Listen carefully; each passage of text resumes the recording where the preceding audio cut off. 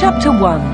A Stranger in Wood End. On Saturday the 31st of October 1964, a man arrived in the village. It was late in the evening. He was looking for somewhere to stay the night. He knocked at a door, and a woman opened it. "Good evening, madam," the man said. "I'm sorry it's so late, but can you help me, please? Is there a hotel in this village? I want to stay here tonight." The woman laughed. "A hotel? Here in Wood End? No, sir, I'm afraid there isn't." "What a pity," said the man. "I'm a stranger here, and I want to see your village tomorrow." The stranger was very polite. He was tall and had dark hair, and he had strange green eyes. "Perhaps Mrs. Harrison can help you," the woman said. "She has a room. Perhaps you can stay with her. Wait a minute, I'll get my coat and I'll take you there." The woman took the stranger to Mrs. Harrison's house. Mrs. Harrison gave him a room for the night. He was very glad. It was the last night of October, and it was cold. The next day was Sunday. The man looked round the village. He was very interested in the history of the village. He met some of the villagers and asked them their names. But he did not visit the church. That was unusual. The church in Wood End was the most beautiful building in the village. But the stranger was not interested in it. He did not go to church that night with all the villagers. It was the first Sunday evening of November. When the villagers came out of the church, the man had gone. They had all liked him. The ladies had thought he was very good-looking. A few weeks later he came back. It was the first Sunday in December. The villagers were coming out of church. It was cold and dark. "Hello," he said. "I'm back again. It's nice to see you all once more." His next words surprised everyone. "Perhaps you can help me," he said.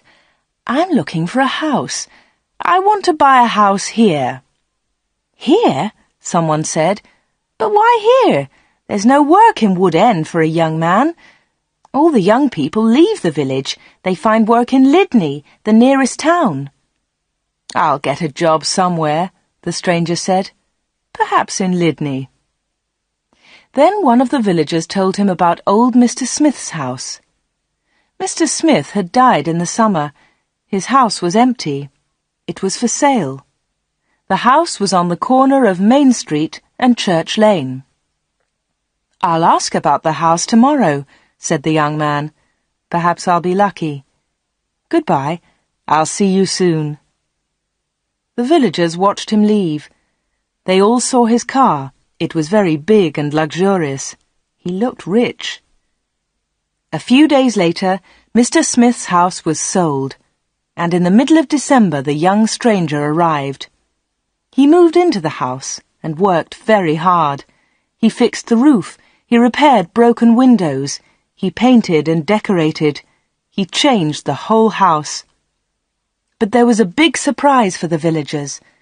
On the morning of Monday the 21st of December, they saw a big sign on the front of the house, and on the sign were these words: "The Corner Shop, Proprietor Dave Slatin." Chapter 2. The Village Meeting. The villagers could not believe it. A shop in Wood End. Everybody talked about it. There was once a shop in Wood End, but it had closed 20 years ago. Some people wanted the shop, but others did not. The villagers met in the evening in the village hall. Everybody was there. Everybody was interested in the new shop. "The corner shop is a good idea," someone said. "We need a village shop. We won't need to go to Lydney." Then Mrs. Harrison spoke. She liked the stranger, Dave Slatin. "I agree," she said. "A village shop is a good idea. It's too quiet here. Wood End needs a shop." "Nonsense," said Miss Brown. She was the village school teacher. "Lydney is not far away. There are lots of shops there." Soon everybody was shouting. Then Mr. Hart spoke. He was a very big man with a loud voice. "Listen, everybody," he shouted. "We've never had trouble in this village before. We've always been quiet and happy. Now this shop is causing trouble." "Let Mr. Slayton speak," someone said. "It's his shop. Let him speak." "Ladies and gentlemen," said Dave Slayton, "I don't want to cause any trouble. I'm still a stranger in your village. But I want to be one of you. I want to be your friend. I like the people of Wood End." He smiled, and a few people clapped. They liked him. "The corner shop will sell lots of things," he went on. "It will sell food and things for the house. Everything will be cheap, I promise." Everybody was listening carefully. "And I have another idea," he continued. "I'll sell village products." "What do you mean by village products?" asked Miss Brown. "I'll tell you, Miss Brown," he said. "I know that you make beautiful bread and cakes." Miss Brown smiled. Yes, she did make bread and cakes. Everyone knew that. "And you, Mr. Hart, I've seen your flowers. You grow beautiful flowers." Now Mr. Hart smiled. Yes, his flowers were beautiful. Everyone knew about them. "And Mr. Everett makes pots," someone said. "And Mrs. Davis makes dolls," said another voice. "And I do paintings of the village," said old Miss Lucy Gray. "Yes," said Dave, "you can all do something. You villagers are clever. You make lots of things. We can sell them to the tourists. In the summer, Wood End can make a lot of money." "But what about the money?" said Mr. Hart. "How will you pay us?" "That's a good question," said Dave. "And here's the answer. You'll bring your things to me, and I'll sell them for you. I'll keep some of the profit. You'll have the rest." "What a good idea," said Miss Brown. "Yes, I agree," said Mr. Hart. All the villagers agreed. Everyone in the village was happy with Dave Slayton's plan. The corner shop opened on Monday the 4th of January 1965. Soon the shop was busy, and Dave needed an assistant. The new assistant in the corner shop was Anna. She started work in late January.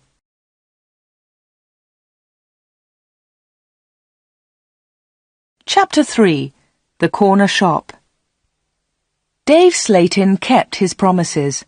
Things at the shop were good and cheap. "How does he do it?" asked Mrs. Harrison. "It's winter, but he's selling lots of fruit and vegetables, and they're cheap. I never go to Lydney now." The other villagers agreed. The corner shop was a success, and Dave seemed happy. He paid Anna good wages. Sometimes her friend Peter helped at the shop, and Dave gave him money too. Dave advertised in newspapers, and the village products sold well. People from Lydney came to the corner shop.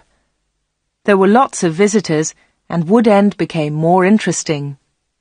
The villagers were surprised, but pleased. They were making a lot of money. Dave lived alone in a flat above the shop. He was very popular in the village, but no one ever went to his flat. No one ever saw inside it. At the bottom of the stairs there were 2 doors. One led into the stockroom. The other door had a notice on it. "Special orders only. Keep out." The door was always locked. Anna never went into the special orders room. "Why do you lock that room, Dave?" Anna asked one day. "What's in there?" "It's for special orders," he replied. "Big orders." "But you won't get any big orders in Wood End," said Anna. Dave said nothing. He did not want to talk about that room.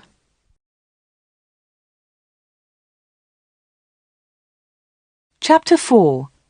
A Beautiful Customer. For 3 months, everything was normal. Then, one day in April, an unusual customer came into the shop. The new customer was a very beautiful woman. She was wearing expensive clothes and arrived in a large car. "Is this the corner shop?" the woman asked. She looked round and seemed a little surprised. "Yes," replied Anna. "This is the corner shop. It's the only shop in the village." "I'm looking for Mr. Slayton, the owner of the shop," said the woman.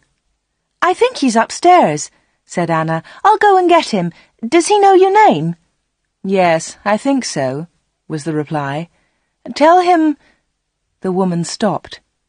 "Tell him Miss Gordon is here, Miss Greta Gordon."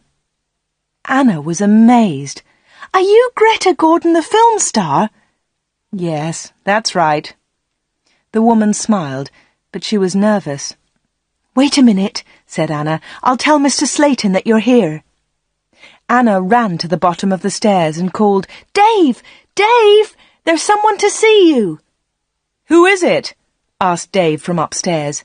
"Miss Greta Gordon!" shouted Anna. "It's Greta Gordon, the film star!" "I'm coming," he said, and he came down immediately. "I'm pleased to meet you, Miss Gordon," he said. "Good morning," said Greta Gordon. She and Dave shook hands. She had beautiful hands, and she was wearing beautiful diamond rings. Anna had never seen so many diamonds before. Miss Gordon looked round.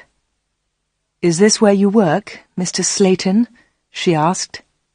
Once again she seemed nervous. "Yes," said Dave. "It's a small place, but it's big enough for me. Please follow me, Miss Gordon." Anna was surprised. Dave and Greta Gordon did not know each other.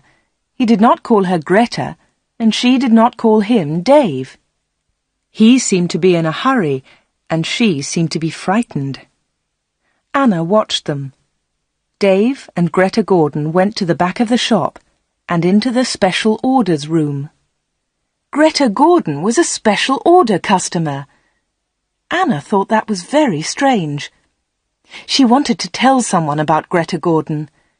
Anna loved films. She wanted to tell Peter about the film star, but she had to stay in the shop. 10 minutes later, Greta Gordon came out of the special orders room.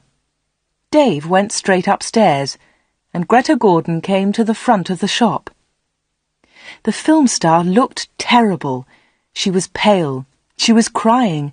Her eyes were red with tears. "What's wrong?" asked Anna. "Can I help you, Miss Gordon?" "No, thanks. I'm all right," said Greta Gordon. "Do you want to sit down?" said Anna. She got a chair, and the film star sat down. "Shall I get the doctor?" said Anna. "No, no," said Greta. "Please tell no one about my visit here. Please tell no one." Anna was disappointed. She wanted to tell everyone about Greta Gordon. She wanted to tell everyone about her famous customer. "I want to give you something," said Greta Gordon. "Here's a photograph of me. I'll sign it." She signed the photograph and gave it to Anna. "Please keep this," said Greta, "and please keep our secret. Please don't tell anyone." "All right," said Anna. "I promise." The film star kissed Anna. She held Anna's hands. What a beautiful woman, thought Anna, and what beautiful hands. Then Anna noticed something. The diamond rings were gone.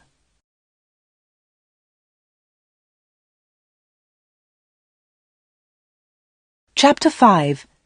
A Page in Film News. Dave never talked about Greta Gordon.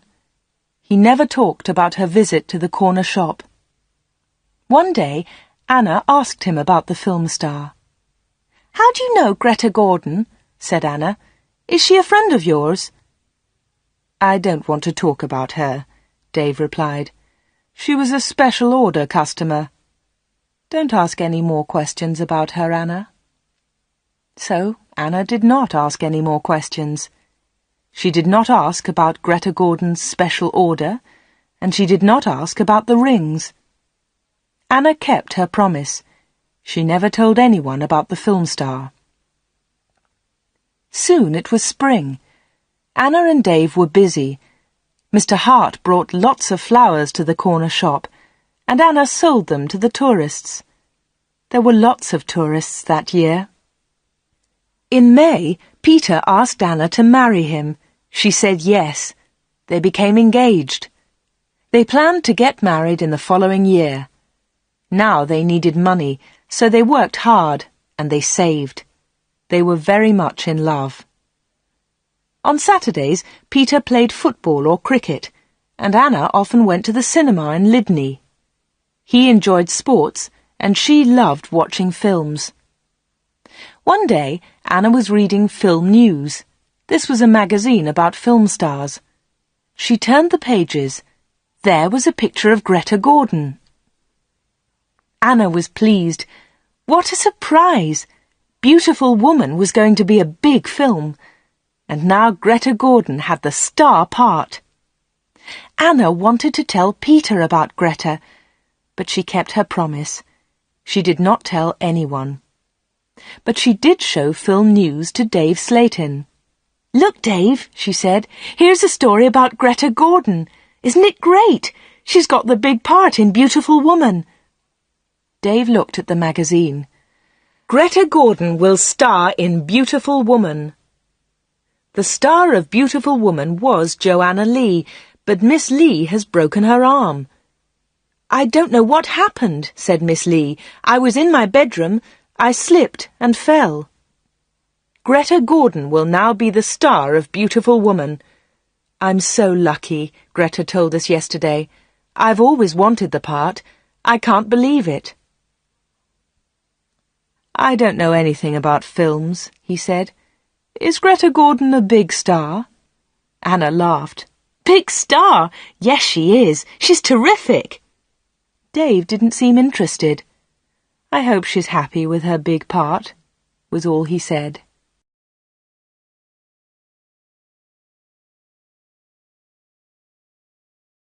Chapter 6. A Quick Kiss. Summer tourists were arriving in Wood End. The weather was beautiful and the shop was doing well. But Anna was not very happy. She often thought about Greta Gordon's visit. Why had she come to see Dave?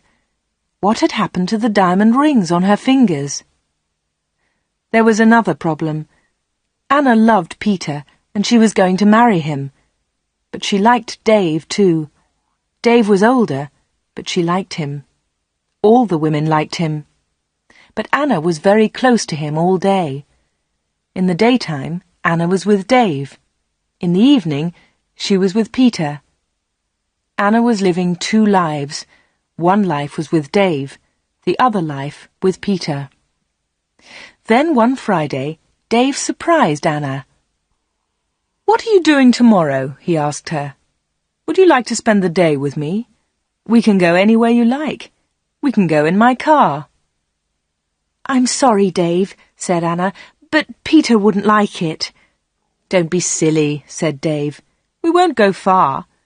I'll close the shop at lunchtime, and we can go to Lydney." Anna wanted to go with Dave, but she was worried about Peter. "Don't worry about Peter," said Dave. "He's always busy on Saturday." Anna thought for a moment. "All right," she said. "You take me to the best cinema and to the best restaurant. Then I'll come with you." "Of course," laughed Dave. "Anything you want, Anna." So the next afternoon, Dave and Anna went together to Lydney. They had a good time. Dave bought Anna a new, expensive dress. Then they went to a cinema and afterwards to a restaurant. Peter played cricket that Saturday. He never knew about Anna's day with Dave. He was playing in another village and returned to Wood End very late. Dave and Anna were also very late. Dave stopped his car near the corner shop. The night was warm. "Thanks, Dave," said Anna. "It was a lovely day." "I enjoyed it too," said Dave. He put his arm round her shoulders and kissed her. It was a quick kiss, but for Anna, it was wonderful.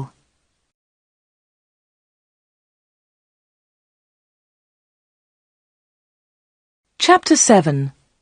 Another Special Order. The summer passed. The corner shop was always busy.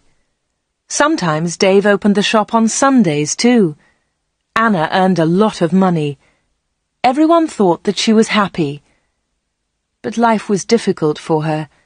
She liked Dave. He was her boss, and he was older than her. But Peter was her fiancé, and he was about the same age. Dave was quite rich, but Peter had no money. Dave bought Anna clothes, and he took her out. Peter did not buy her clothes and never took her anywhere. He was more interested in football. Anna did not like football. Now it was September. Peter played football every Saturday. One Saturday there was a big football match on television. Mr. Hart had the biggest television in the village, and he invited some people to his house. He invited Peter and Anna. On Friday, the day before the match, Anna was working in the shop all day. At 5 o'clock, she locked the shop door. 2 minutes later, the bell rang, and Anna went to the door. There was a young man outside. He was carrying a small case. "Hello," she said. "Can I help you?" "I hope so," said the young man. "I want to see Mr. Slayton." "I'm afraid that the shop is closed now," said Anna. "We're open tomorrow morning." "But I've got an appointment," said the young man. Then Dave spoke behind Anna. She hadn't seen him. "Yes, I've been waiting for you," said Dave. "You're late." "I'm very sorry, Mr. Slayton," said the young man. Never mind, said Dave rudely. His rudeness surprised Anna. The young man seemed afraid. "But can you see me now?" he asked. "Yes," said Dave. "Come in." Dave turned to Anna. "Anna, it's after 5 o'clock. You can go home now." "I won't be long," said Anna. Dave was angry. "Hurry up and go home," he said. But Anna wanted to stay. She wanted to know about the young man. The young man followed Dave to the back of the shop and into the special orders room. Another special order, another special customer. Anna waited. But soon it was 5:30. Anna put her coat on and left the shop. She closed the door very loudly. Then she went round the corner and waited. Soon there was a noise.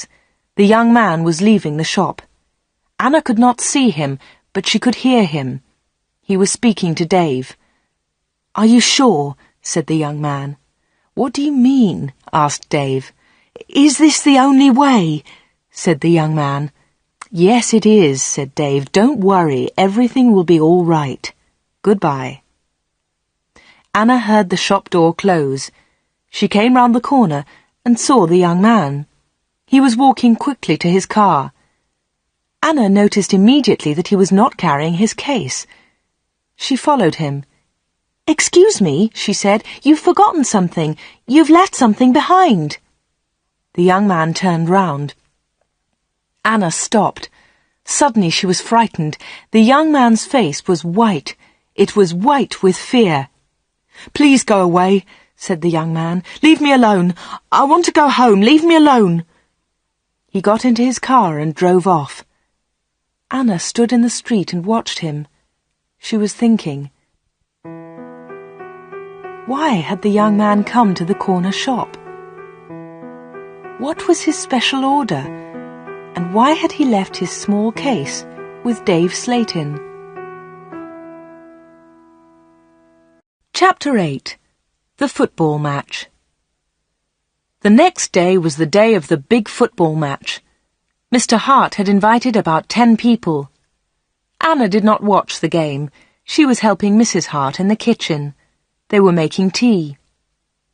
It was a good game, and everyone was enjoying it. At half-time, Peter went into the kitchen. "Why don't you come and watch the match, Anna?" he said. "It's really good. Come on." Anna laughed. "No, thanks," she said. "I'm helping Mrs. Hart. Look, here's the tea. Can you take it in to the others?" "OK," said Peter. "It's a terrific match. Mike Bailey scored a great goal." Peter took the tea into the sitting room, and the second half of the match started. The second half was very exciting. Mike Bailey scored another goal after 20 minutes. The score was 2-0. Then the other side scored 2 quick goals. It was 2-2. There were only 5 minutes of the match left. "Come on!" shouted Peter. "Come on, Mike, let's have another goal!" In the last seconds of the match, Mike Bailey scored the winner. It was his 3rd goal of the match. But something was wrong. The other team's goalkeeper was injured. Bailey had been very near the goalkeeper, and he had kicked the ball very hard. The ball had hit the goalkeeper's neck. Mrs. Hart and Anna came in from the kitchen. "What's happened?" said Anna. "What's wrong?" "It's Brian Thomas, the goalkeeper," said Peter. "He's injured." It was serious. The goalkeeper had broken his neck. Later they all watched the news on TV. They saw pictures of Mike Bailey's 3rd goal. It was a great goal. They saw the ball hit the goalkeeper. It was an accident. The TV announcer said, "And now over to our sports studio for an interview with Mike Bailey." They all watched the interview. The TV showed a picture of Mike Bailey and the interviewer. "Mike," said the interviewer, 3 goals in 1 match. How do you feel about that?" But Mike Bailey said nothing. He could not speak. He tried to speak, but he could not. It was terrible. The interviewer tried another question. "Let me ask you about the 3rd goal, Mike. It was a great goal, but how do you feel about the injury to Brian Thomas?" It was a silly question. The injured goalkeeper would never play football again. Mike Bailey said nothing. He looked very ill. When the interview ended, Mr. Hart turned off the TV. No one noticed that Anna had left the room. Mike Bailey had looked frightened. Anna was frightened too. Mike Bailey and Anna had met before, the day before, at the corner shop.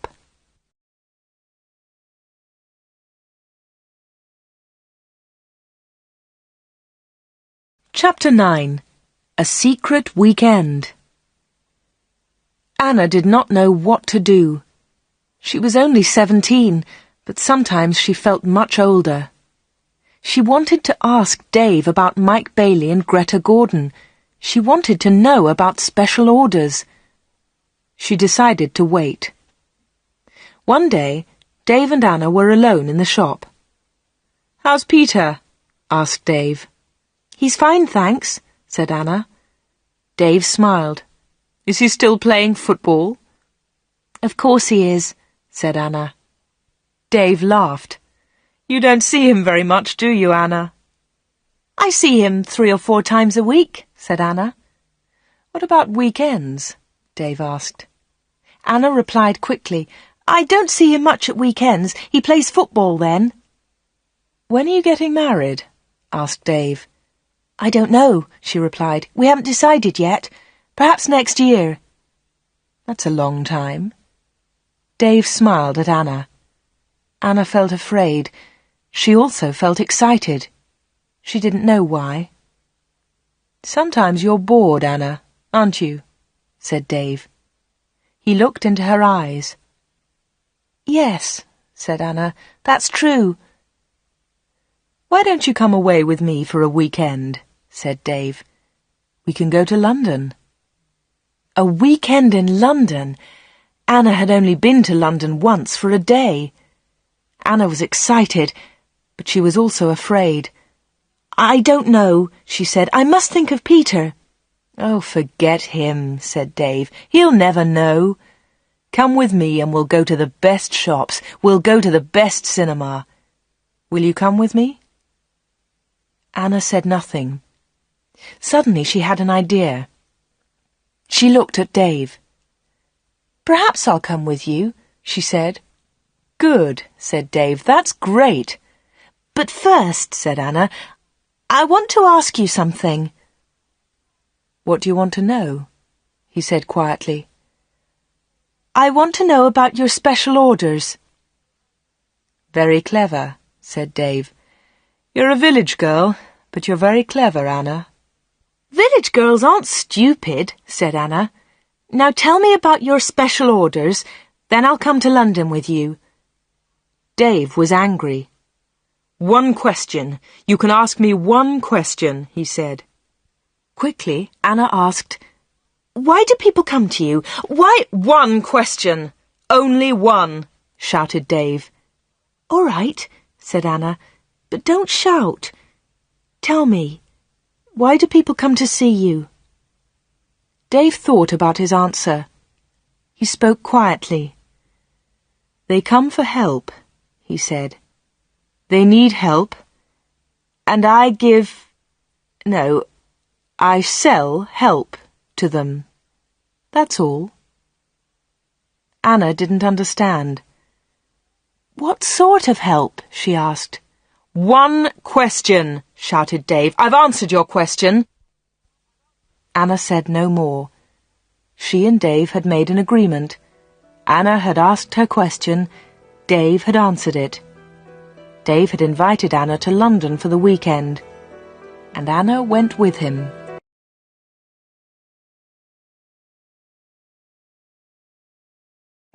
Chapter 10. A Quarrel. Anna enjoyed the weekend.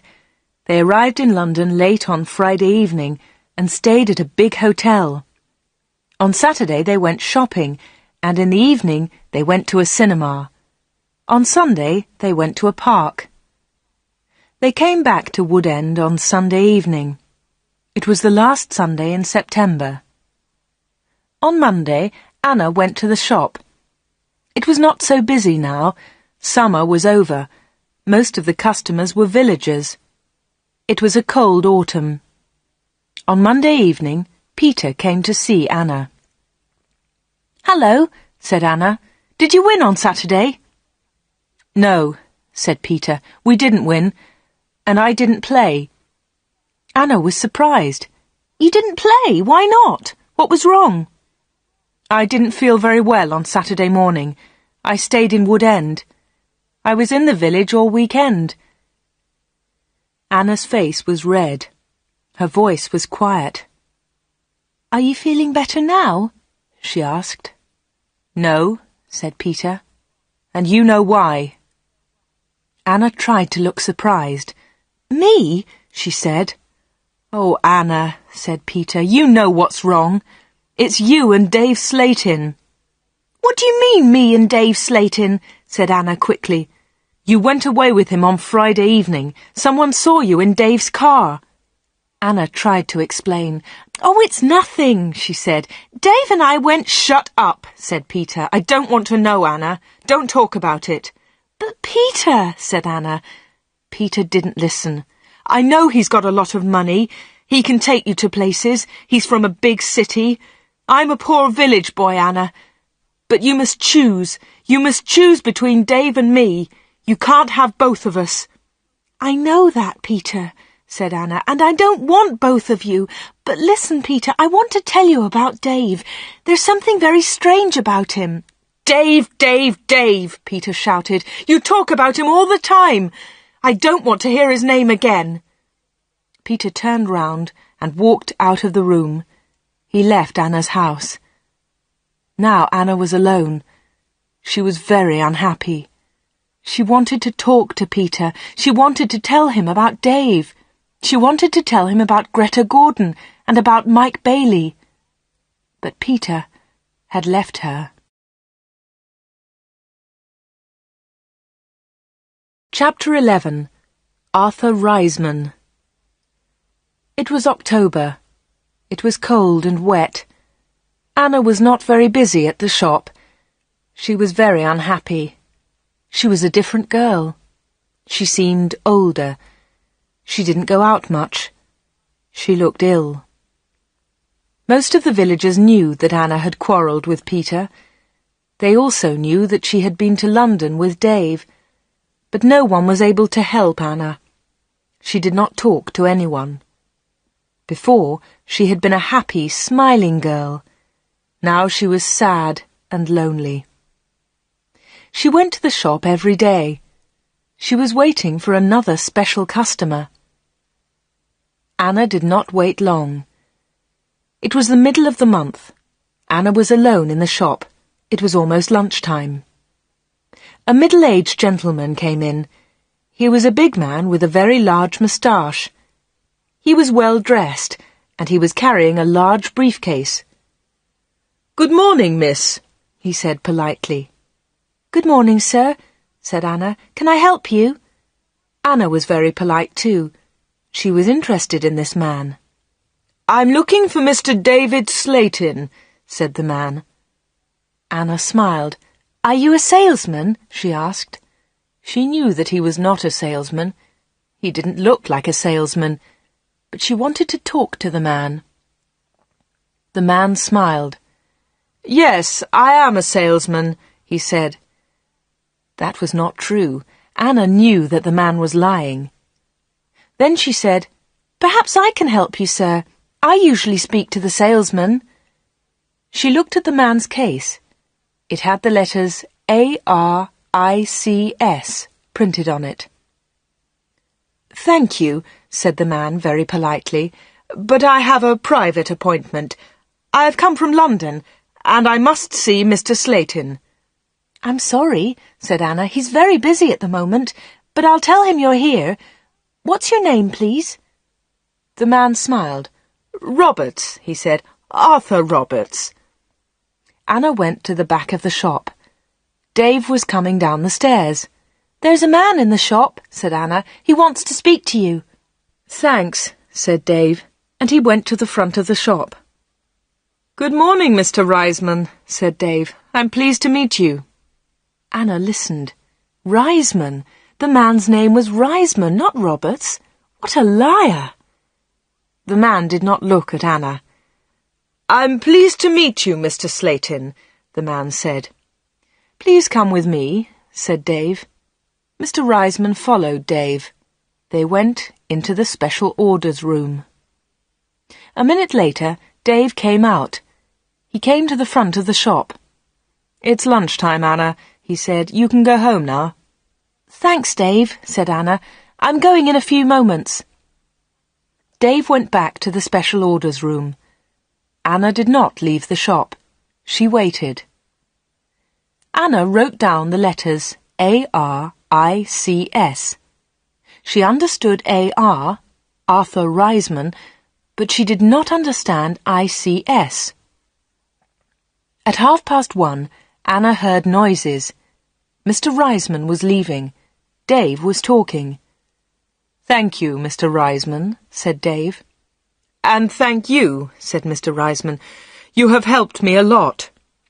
"Good," said Dave. "Goodbye, Mr. Reisman. My assistant isn't in the shop, but you can open the door. Goodbye." Dave went upstairs, and Mr. Reisman came into the front of the shop. Anna was sitting quietly in a corner. "Oh," said Mr. Reisman, "I thought you had gone home."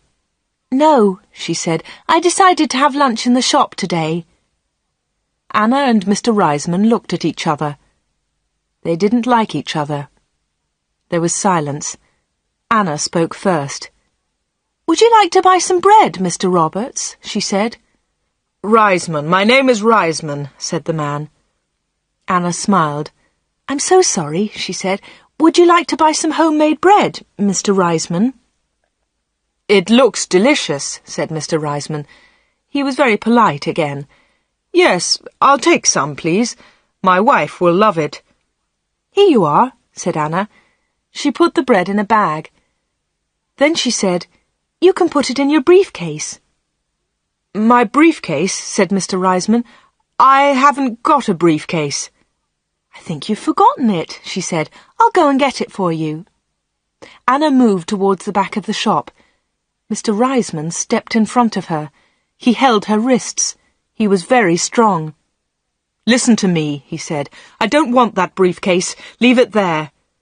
"All right," said Anna. "Please let me go. You're hurting me." Mr. Reisman let go of Anna and turned towards the door. He left the shop hurriedly. He hadn't taken his bread with him. Anna watched Mr. Reisman leave. Her hands were still hurting 5 minutes later.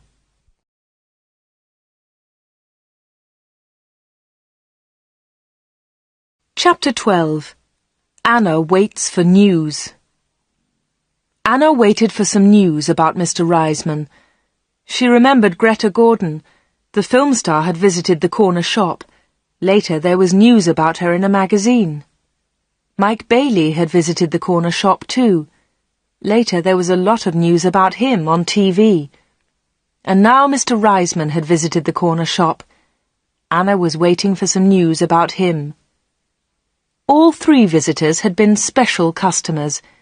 They had all seen Dave. They had all been in the special orders room. And they had all left something with Dave. Greta Gordon had left her diamond rings. Mike Bailey had left his case. Mr. Reisman had left his briefcase. Anna wanted to find out more about the 3 special customers. She thought about Mr. Reisman. His case had the letters ARICS on it. She understood AR, but what was ICS?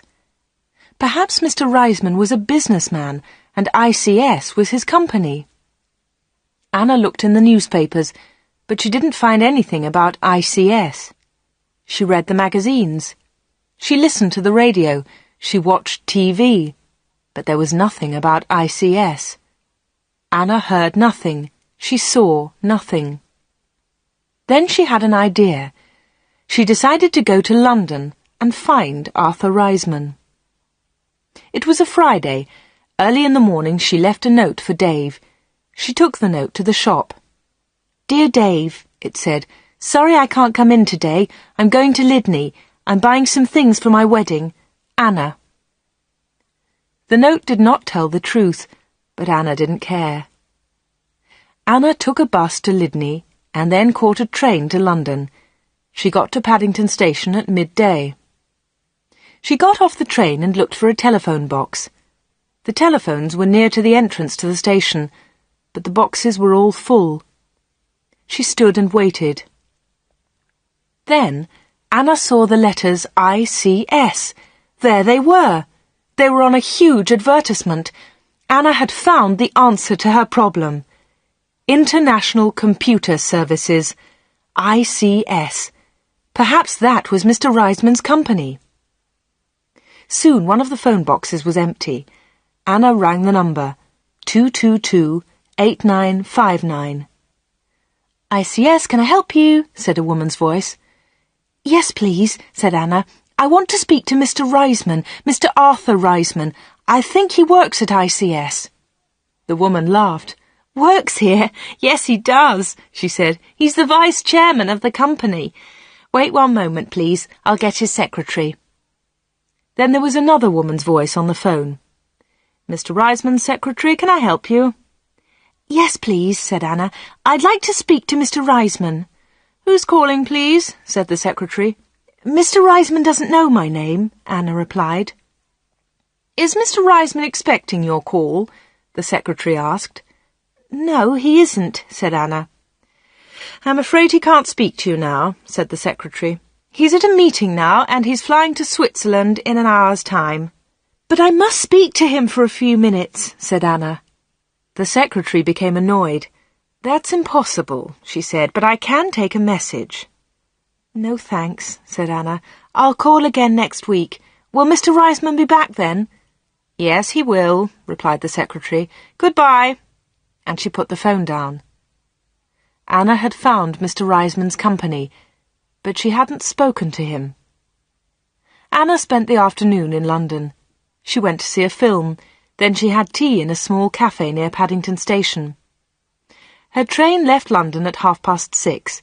She bought an evening newspaper and got on the train.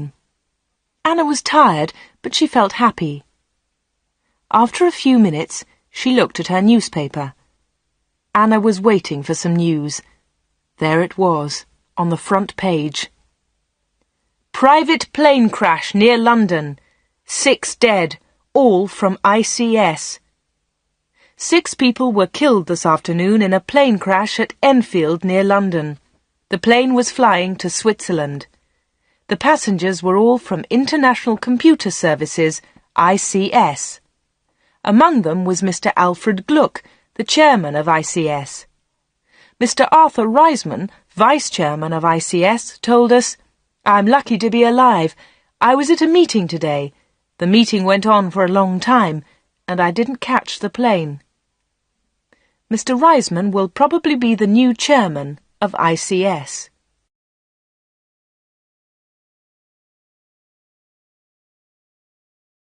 Chapter 13. The Special Orders Room. Anna got home about 10 o'clock. She turned on the radio and listened to the news. The chairman of ICS was dead, and Mr. Reisman was the new chairman. Anna didn't sleep that night. She was thinking about Dave Slayton and the special orders. What were they? What was Dave Slayton doing in that room? On Saturday morning she went to the shop. Dave said nothing to her. He was angry because Anna had not worked on Friday. He didn't ask about her day off, and Anna didn't tell him about it. At 11 o'clock, Dave left the shop. He got in his car and drove off. Anna was alone. This was her chance. She went to the back of the shop and turned the handle of the locked door. But the special orders room was not locked. Dave had forgotten to lock it. Anna opened the door and went into the room. It was a small room, dark and hot. Anna turned on the light, but it was not a very strong light. She looked round the room. There was a small table, 2 old chairs, and a lot of boxes. That was all. Special orders? There were no order books, no papers, no pencils.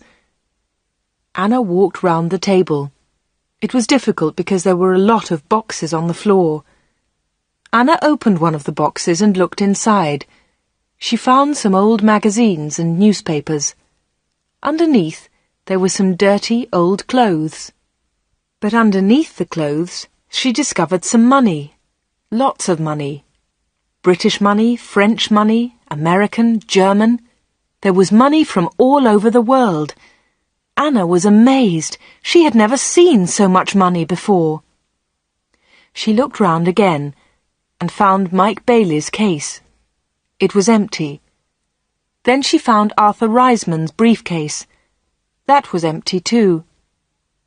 Then Anna looked into a bigger box. Inside it were some dolls with broken arms and legs. One of the dolls was very beautiful, but it had a broken arm. Anna put it on the table. Then Anna found a book about football. Inside there were some pictures of footballers, but the pictures were all torn. Anna put the book on the table. Anna looked into the box again and found some little cars. Most of them were broken. She found a small model aeroplane. It was broken too. Anna put all these things on the table. What a strange collection. There was the money, the broken doll, the toy cars, the model aeroplane, and there was the football book with the torn pictures. Anna looked at the things on the table. What were they for? Why did Dave Slayton keep them in this locked room? Suddenly Anna jumped. There was a noise behind her. Someone was standing at the door.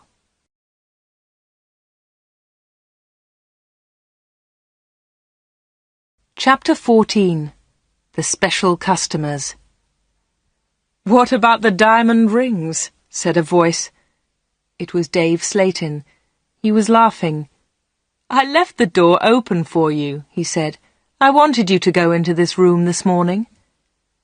Anna was frightened, but she tried not to show her fear. "You haven't found the diamonds," Dave said again. Anna remembered Greta Gordon's diamond rings. Were they in this room too? "Here," said Dave. He came into the room and picked up an old box. He took out the rings and threw them on the table. "They aren't yours," said Anna. "They belong to Greta Gordon." "They belong to me," laughed Dave. "She gave them to me." "But why?" asked Anna. "Why? Why did Greta Gordon give you those diamonds? And all this money? Who gave you the money?" "My special customers," said Dave. "My special customers gave me the money. It's mine now." "Mike Bailey and Mr. Reisman gave you all this money?" asked Anna. "Yes," said Dave. "You've seen some of my special customers, not all of them." "But why do they come?" Anna asked again. "These people come to me for help," replied Dave Slayton. "I help them, and they pay me." "But how do you help them?" asked Anna. Dave Slayton picked up the beautiful doll with the broken arm. "Do you remember Joanna Lee?" he asked Anna. Anna thought for a moment. "Joanna Lee?" she said. "Yes, of course I remember her. She's the actress who broke her arm. Greta Gordon got her part." "That's right," said Dave Slayton. "This doll is Joanna Lee." Anna felt more afraid. What kind of man was Dave Slayton? Dave Slayton pointed to a torn photograph in the football book. "Who's that, Anna?" he asked. Anna remembered the face. She had seen it on TV. "Brian Thomas," she replied. "He's a goalkeeper." "He was a goalkeeper," said Dave Slayton. Anna was terribly frightened now. Dave Slayton was an evil man. Dave Slayton moved close to Anna. He picked up the broken aeroplane. "And what do you think this is?" he asked Anna. Anna knew the answer, but she was too afraid to speak. Dave Slayton took Anna's arm and held it tightly. Anna tried to move away. Dave Slayton laughed and held Anna more tightly. "Listen, Anna," he said quietly. "I want you. I need you. Marry me, Anna. Don't marry Peter. Marry me." "No, no," she cried. "Let me go! Let me go!" "But Anna, you still don't understand," said Dave Slayton. "I have strange powers. I can give you everything you want." He looked into Anna's eyes. "And my children will have these powers too," he continued.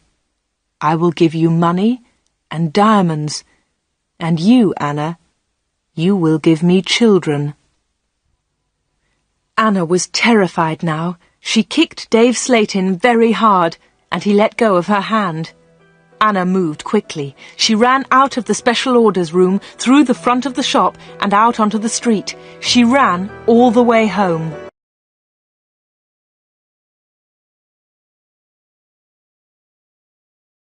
Chapter 15. The 31st of October. When Anna got home, she felt terrible and went to bed. In the evening, Peter came to see her, but Anna was ill in bed. "I'll come and see Anna tomorrow," Peter told Anna's mother. Again, Anna did not sleep all night. The next day, Sunday the 31st of October, was a terrible day for Wood End. Anna stayed in bed. She had a fever, and her mother phoned the doctor. The doctor came immediately.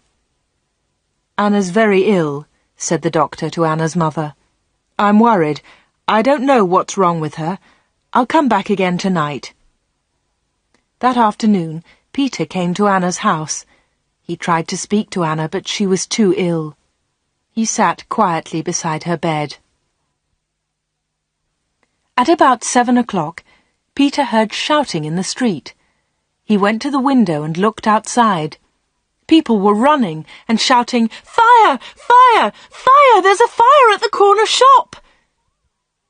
Peter ran out of Anna's house and into the street. There was a big fire on the corner. The shop was in flames. Nobody could see Dave Slayton. "His car's here," said Mr. Hart. "Dave must be inside." Then the villagers saw him. He was standing at an upstairs window. "Jump, Dave!" they shouted. "Jump! Save yourself!" But Dave did not move. He was standing at the window, and he was laughing. Some of the women in the street started screaming. Mr. Hart tried to run into the shop, but the others pulled him back. Flames were leaping up from the shop. The flames reached Dave Slatin. The villagers saw that he was still laughing. That was the last time they saw him. The flames hid him completely. No one was able to save him, and no one ever saw him again. Peter went back to Anna's house. The doctor was in the kitchen, talking to Anna's mother. Suddenly, there was a scream. They ran upstairs to Anna's room. Anna was dead.